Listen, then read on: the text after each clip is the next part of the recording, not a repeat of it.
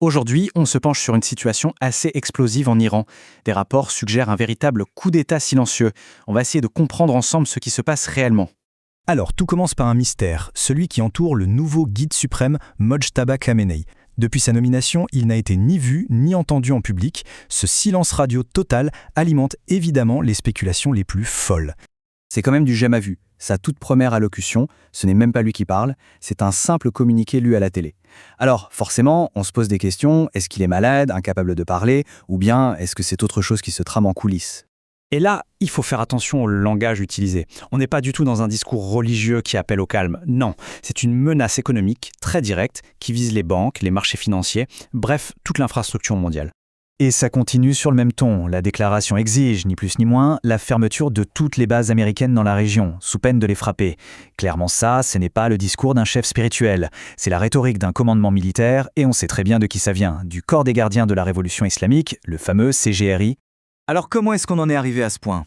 Ce n'est pas quelque chose qui s'est fait du jour au lendemain, loin de là.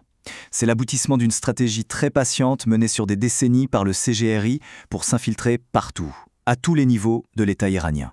Cette chronologie, elle est très parlante. Elle montre bien comment ils ont procédé, méthodiquement. Ça a commencé par l'argent, par l'économie dans les années 90. Ensuite, ils se sont attaqués à la politique. Et puis, bien sûr, le domaine militaire. Pour finalement arriver au sommet, le contrôle de l'institution religieuse elle-même. La boucle est bouclée. Le CGRI n'est plus juste une armée dans l'État. Il est l'État. Et quand on regarde ces chiffres, on comprend pourquoi. 45% dans l'énergie, 25% dans les ports. Ils tiennent tout.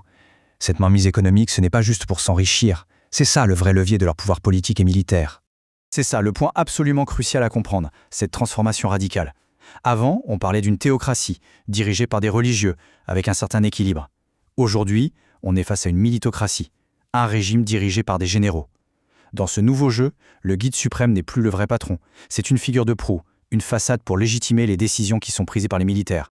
Et ce changement de régime, il ne s'est pas fait sans une base idéologique. Il s'appuie sur une nouvelle doctrine, beaucoup plus radicale, qui rompt complètement avec les idées de la révolution de 79. Au cœur de cette doctrine, il y a cet homme, l'ayatollah Mesbah Yazdi. C'est lui, le nouveau père spirituel du régime.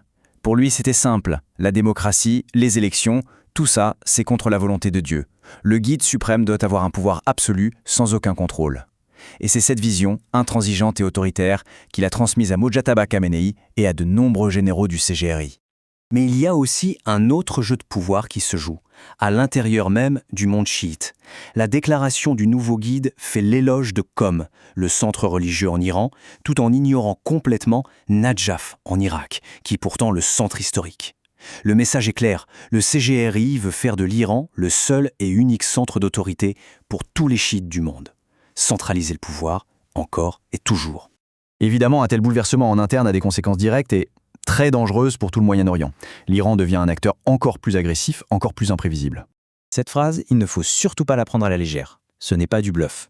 Le régime revendique clairement le contrôle total de ses alliés, que ce soit au Liban, en Irak ou au Yémen. Et il promet d'ouvrir de nouveaux fronts. Le but, semer le chaos pour déstabiliser ses adversaires. La stratégie du nouveau pouvoir est donc limpide. C'est l'escalade à tout prix. Ils admettent avoir subi des revers, notamment en Syrie et à Gaza, et leur réponse, c'est de menacer d'étendre le conflit, par exemple en fermant le détroit de Bab el-Mandeb. C'est une façon de détourner l'attention et de reprendre la main. Ce qu'il faut vraiment retenir, c'est qu'on est passé d'une logique politique, même si elle était conflictuelle, à une logique purement militaire. Les décisions qui peuvent mettre le feu à toute la région ne sont plus entre les mains de diplomates ou de religieux traditionnels. Non, elles sont exclusivement dans celles des généraux du CGRI. Mais, et c'est là que ça devient intéressant, au moment même où le CGRI semble avoir tout le pouvoir, le régime commence à se fissurer de l'intérieur. Cette prise de contrôle n'est peut-être pas aussi totale qu'on pourrait le croire. Pensez-y, la frappe qui a visé la famille de l'ancien guide était d'une précision redoutable.